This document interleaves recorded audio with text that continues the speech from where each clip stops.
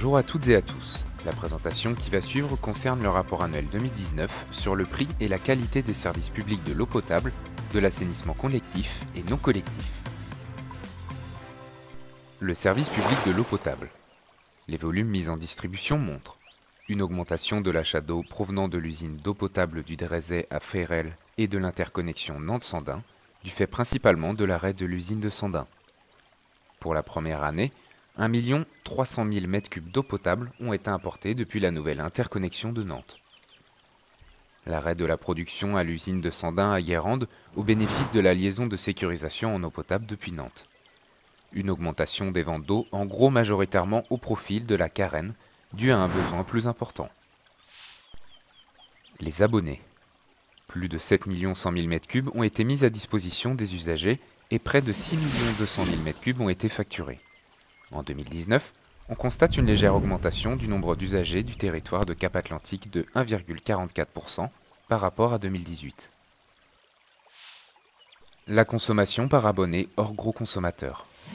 Il s'agit de la consommation unitaire de nos usagers. Entre 2018 et 2019, on constate une légère diminution de la consommation unitaire. Cette tendance restera à vérifier pour les années à venir. La consommation unitaire moyenne constatée pour le territoire de Cap-Atlantique s'établit à environ 69 m3 par an et par foyer. Ce chiffre prend en compte les résidences secondaires, dont la consommation est inférieure aux résidences principales. La comparaison de la consommation par abonné avec et sans les gros consommateurs.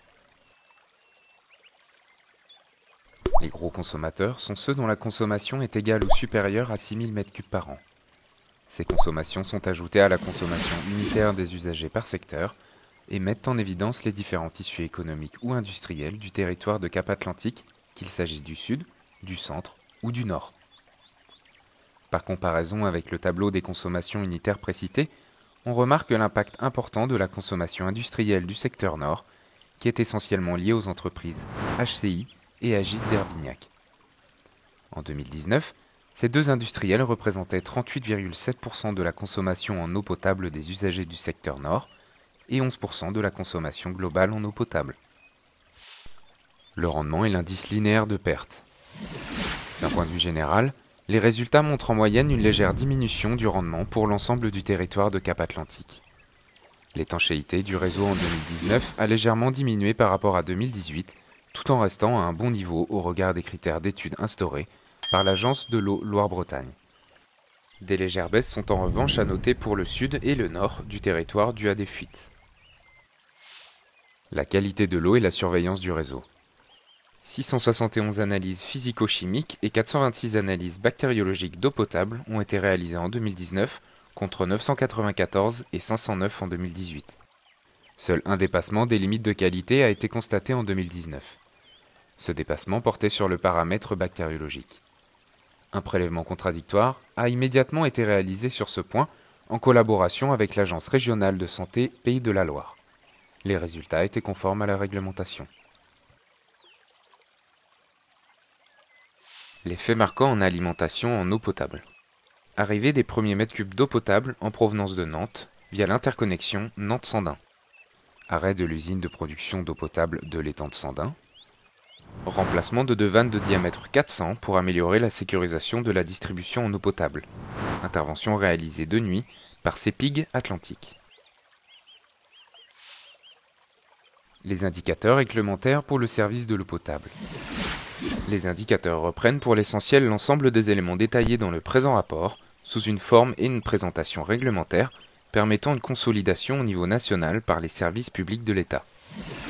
L'objectif de ces indicateurs nationaux est de permettre à chaque collectivité de comparer son niveau de service et la qualité de son patrimoine. Cependant, les spécificités de fonctionnement et les caractéristiques propres à chaque collectivité, tourisme, saisonnalité, industrielle, sont autant d'obstacles à la comparaison qu'il est nécessaire de prendre en compte. La comparaison des indicateurs du rapport annuel depuis 2016 avec les indicateurs nationaux de 2016. En première lecture, on peut mettre en avant pour 2016 que le territoire de Cap-Atlantique affiche des bons résultats en comparaison avec les paramètres analysés au niveau national. Le service public de l'assainissement collectif et non collectif. Les abonnés de l'assainissement collectif. En 2019, on constate une légère augmentation du nombre d'usagers liée essentiellement à l'extension du réseau d'assainissement. Cette augmentation est de 1,25%, soit 746 nouveaux usagers, 783 en 2018, pour un volume facturé de 4 252 336 m3. Les principales stations d'épuration de Cap Atlantique sont Livry-Guérande, 178 000 équivalents par habitant, La Turballe, 40 000 équivalents par habitant, Pénétin, 12 000 équivalents par habitant. Au total, Cap Atlantique dispose de 21 stations d'épuration, de capacité allant de 20 équivalents habitants à 178 000 équivalents habitants. Les filières sont biologiques, de la boue activée aux filtres plantés de roseaux. Le traitement des eaux usées. En 2019, 7 830 000 m3 d'eau ont été traités par l'ensemble des stations de Cap Atlantique. Les trois principales stations, Livry, La Turballe et Pénétin, ont traité un peu plus de 6 800 000 m3, soit un volume global supérieur à 2018 d'environ plus 8%, lié essentiellement à la forte pluviométrie au dernier trimestre 2019. Plus 6,7% pour Livry, plus 7,9% pour La Turballe, plus 22,7% pour Pénétin.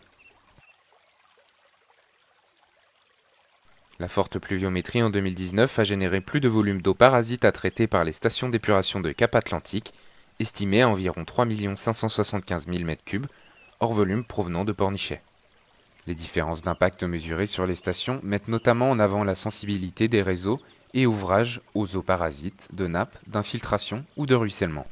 Au regard de la pluviométrie en 2019, on constate un taux global d'eau parasite usuel dans les stations de Livry et de La Turballe, mais élevé pour la station de Pénétin.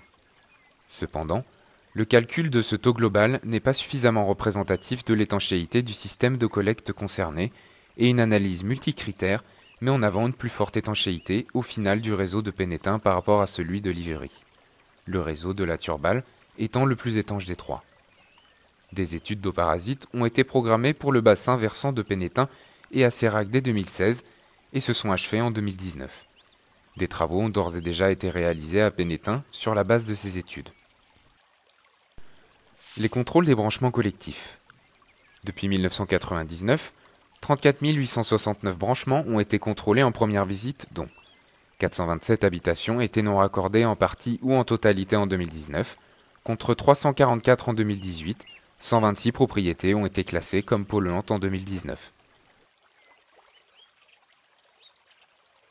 Le déploiement en fin d'année de bases de données utilisées par les moniteurs de réseau permettra en 2020 de valoriser au mieux les contrôles réalisés. 2908 contrôles ont été réalisés en 2019, dont 2279 dans le cadre des ventes, pour un taux de conformité en première visite de 94,1% contre 84,8% en 2018.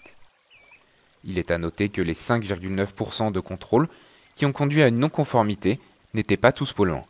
Ils sont répartis de la façon suivante. 60,8% étaient non polluants. Il s'agit de non-conformités essentiellement administratives ou techniques qui n'engendraient aucune pollution vers le milieu, comme par exemple des regards inaccessibles, des bouchons de siphon manquants. 12,3% étaient partiellement polluants. Une partie de l'installation était mal raccordée. Et enfin, 26,9% étaient polluants. Ce chiffre est en diminution par rapport à 2018 d'environ 60%. 110 en 2018 contre 46 en 2019.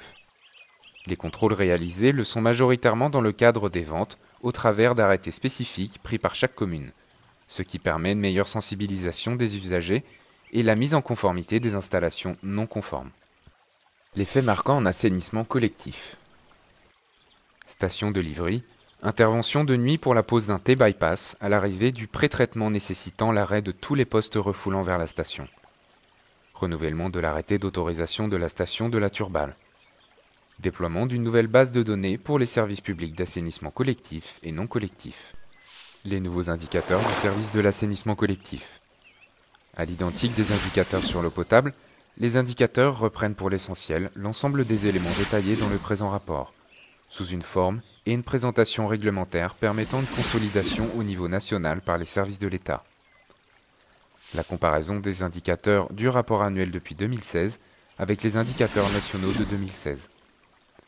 En première lecture, on peut mettre en avant pour 2016, dernier chiffre publié nationalement, que les territoires de Cap Atlantique affichent des bons résultats en comparaison avec les paramètres analysés au niveau national. Le prix de l'eau. En 2019, un usager consommant 120 m3 d'eau potable par an et étant raccordé à l'assainissement collectif s'est acquitté d'une facture de 592,59 €, soit 4,94 € par mètre cube, répartie en 1,939 € pour l'eau potable et 2,999 € pour l'assainissement collectif. En 2018, et pour le même usager ayant une consommation de 120 m3 par an, les prix de l'eau étaient légèrement inférieurs, soit 4,88 € par mètre cube. Le prix global en 2019 est en légère hausse par rapport à celui de 2018. Elle s'explique par une légère augmentation du tarif de l'eau potable et une légère baisse du tarif de l'assainissement. Le volume de 120 m3 est défini au niveau national, comme la facture type servant de base à l'établissement des coûts dans le cadre du présent rapport. Les chiffres s'entendent TTC taxes publiques incluses. Ces taxes représentent 57,78 € TTC pour 120 m3, soit environ 0,48 € par mètre cube. Répartition du prix de l'eau en 2019. Les deux graphiques illustrent la répartition du coût moyen annuel d'une facture d'eau pour une consommation de 120 m3 pour l'assainissement et l'eau potable. La part majoritaire pour l'assainissement est représentée par Cap Atlantique, au regard notamment des investissements lourds déjà réalisés, comme les stations d'épuration, et de ceux qui restent à réaliser pour les réseaux de collecte et de transfert des eaux usées. En eau potable, la part du délégataire est la plus importante du fait notamment qu'il a assumé en 2019 l'achat d'eau, soit environ 7 800 000 m3 pour 2019.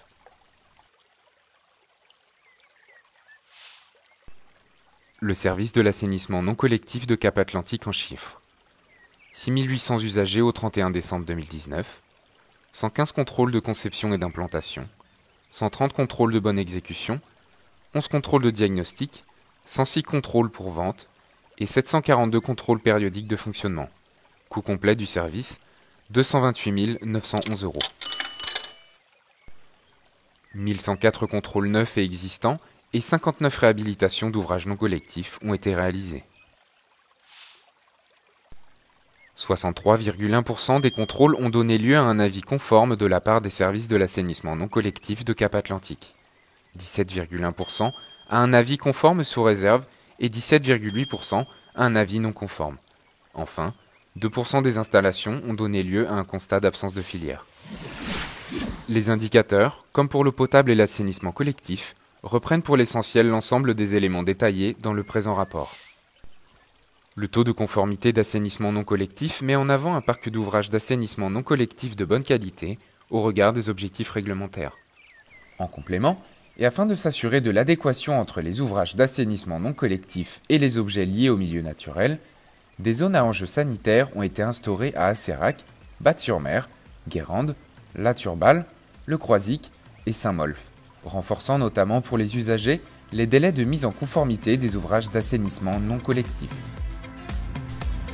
Cap Atlantique vous remercie pour votre attention.